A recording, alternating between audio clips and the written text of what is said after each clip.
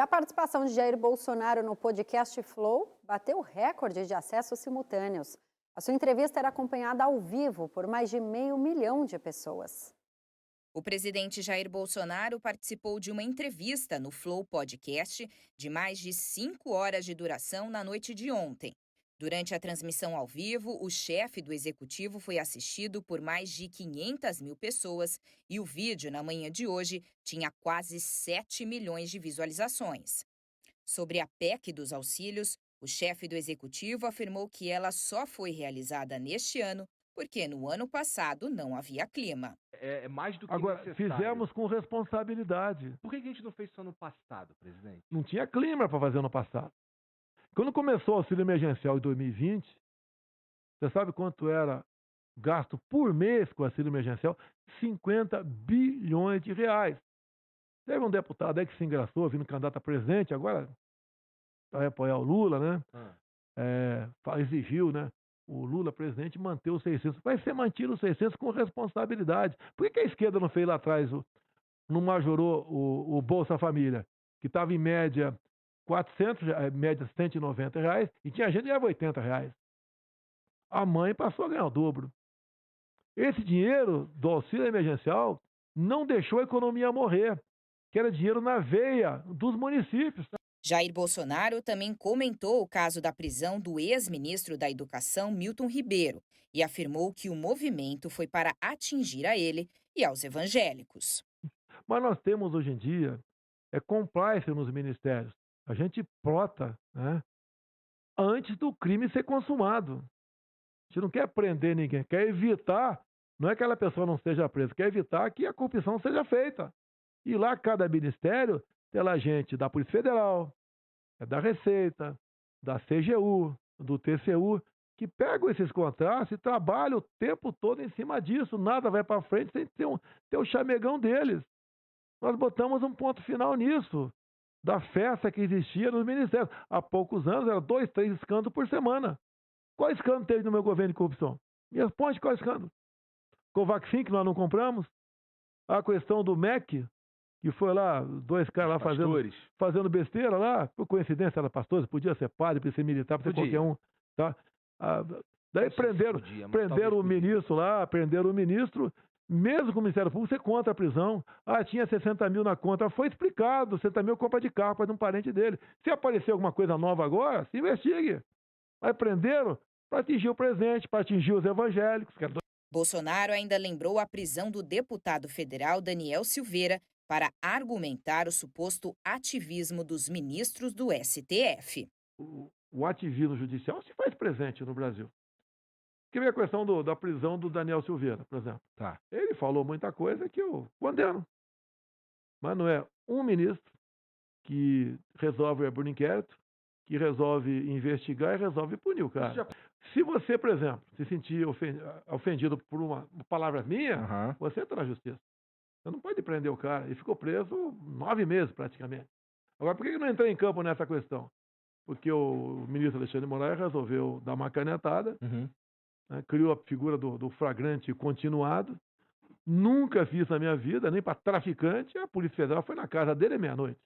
E daí ele ficou preso 9 meses. Mas na semana seguinte, ato contínuo a prisão dele, a Câmara dos Deputados diz que a prisão era legal. Quando o Daniel foi condenado pelo Supremo Tribunal Federal por palavras, a 9 anos de cadeia, a começando em regime fechado, em menos de 24 horas eu concedi a graça, né?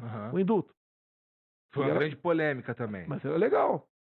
Tive gente contrário, porque muitas coisas eu decido com quem de direito. Se eu começar a conversar com 3, 4 pessoas, vaza. Teve ministros que eu conversei e foram contrários. Você vai arranjar uma briga com o Supremo. Olha, eu posso brigar com qualquer um, menos com a minha consciência. Eu vi um parlamentar, porque eu fui deputado também. E tem muita coisa que eu batia no passado como parlamentar e outros poderes também. Então, errou, no meu entender, o Supremo. Tá? Errou o parlamento, no meu entender, quando, por ampla maioria, resolveu manter o Daniel preso e ninguém sabia quando ele ia sair da cadeia. E depois eu fiz a minha parte. Vamos botar ele no seu lugar, porque um poder não é melhor do que o outro. O ex-presidente Lula participou na manhã de hoje de uma sabatina com empresários na Fiesp, em São Paulo. e novamente criticou Jair Bolsonaro pelos auxílios concedidos neste ano à população. O ex-presidente Luiz Inácio Lula da Silva disse nesta terça-feira que o presidente Jair Bolsonaro está fazendo a maior distribuição de dinheiro que uma campanha já se viu com o Auxílio Brasil, que começa a ser pago hoje. Em um encontro com empresários na Fiesp, na Federação das Indústrias do Estado de São Paulo, Lula disse que é preciso ficar atento porque a medida só vale até dezembro. E é dentro desse clima que nós vamos concorrer a uma eleição, vendo um dos adversários, para não citar nomes, fazendo a maior distribuição de dinheiro que uma campanha política já viu desde o fim do Império. Não se tem conhecimento, não se tem precedente na história do Brasil, sabe, de alguém que, faltando 57 dias para as eleições, resolva fazer uma distribuição de 50 e poucos bilhões de reais em benefício que só dura até dezembro. Ou seja, são benefícios que têm uma duração muito pequena e me preocupa porque quando terminar esses benefícios depois de 3 meses, há de se perguntar se o povo aceitará pacificamente a retirada de um benefício que ele está recebendo por conta das eleições. E eu acho isso muito grave e acho que a sociedade brasileira precisa ficar atenta, porque o sinal do comportamento de alguém para ganhar uma eleição não é tranquilo. O petista também afirmou querer sentar para conversar com os representantes do agronegócio brasileiro e disse, inclusive, ter a intenção de se encontrar com os mais raivosos, desde que não estejam armados. Lula disse que o agronegócio tem uma parte ruim, sem elaborar a respeito, mas dando a entender que seriam os empresários do setor que não simpatizam com a candidatura petista ao Planalto. Esse dia eu tive uma reunião com empresários à noite e eu comecei a ter uma divergência, porque eu queria saber por que o agronegócio gosta do Bolsonaro. E eu fiz essa pergunta, eu queria saber o que o Bolsonaro fez de bom para... Nada. Nada. Eu duvido alguém dizer o que o Bolsonaro fez para o agronegócio.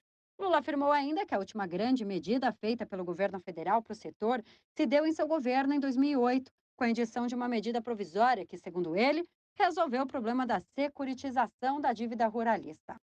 A última medida grande para o agronegócio foi feita por nós, com a medida provisória 532 ou 452, em 2008, quando a gente resolveu o problema da securitização da dívida ruralista em 89 bilhões de reais. Se a gente não fizesse aquilo, quebrava o setor inteiro. E nós fizemos aquilo lá. Foi a última coisa feita. O resto é o plano safra normal. O candidato à presidência disse ainda que os empresários relataram episódios de invasão de terras produtivas por movimentos como o movimento do Sem Terra. Lula, no entanto, rebateu. Porque, na verdade, os sem terra invadiam a terra, era o governo que pagava, era o governo que desapropriava, era o governo que pagava. Depois o governo tinha que dar dinheiro para a produção, dar dinheiro para a comercialização, dar dinheiro para construir casa e dar dinheiro para a educação. Eu não conheço uma terra produtiva. Se alguém souber, por favor, me dê o nome de uma fazenda produtiva que foi invadida pelo sem terra. O FIES abriu hoje as inscrições para o segundo semestre de 2022. Os estudantes que estão interessados no financiamento estudantil devem se inscrever até essa sexta-feira. O Fundo de Financiamento Estudantil, FIES, é um programa de financiamento para estudantes. Com ele, é possível usar a nota do Exame Nacional do Ensino Médio, Enem, para pleitear um financiamento das mensalidades de uma instituição de ensino privada. Para participar do processo, é necessário que o estudante tenha realizado as provas do Enem a partir de 2010 e alcançado pontuação média nas 4 provas: Ciências Humanas, Ciências da Natureza, Linguagens e Matemática, igual ou superior a 450, e nota superior a 0 na redação, além de possuir renda familiar mensal bruta per capita de 1 a 3 salários mínimos. Para se inscrever, os interessados precisam acessar o site do MEC, clicar em Minha Inscrição e, em seguida, em Fazer Cadastro. Depois, logar a conta gov.br e, por fim, analisar os cursos com vagas disponíveis e escolher até 3 opções. É possível alterar essas informações quantas vezes quiser até o encerramento das inscrições. O prazo termina às 23h59 desta sexta e o resultado deve ser divulgado na próxima terça-feira.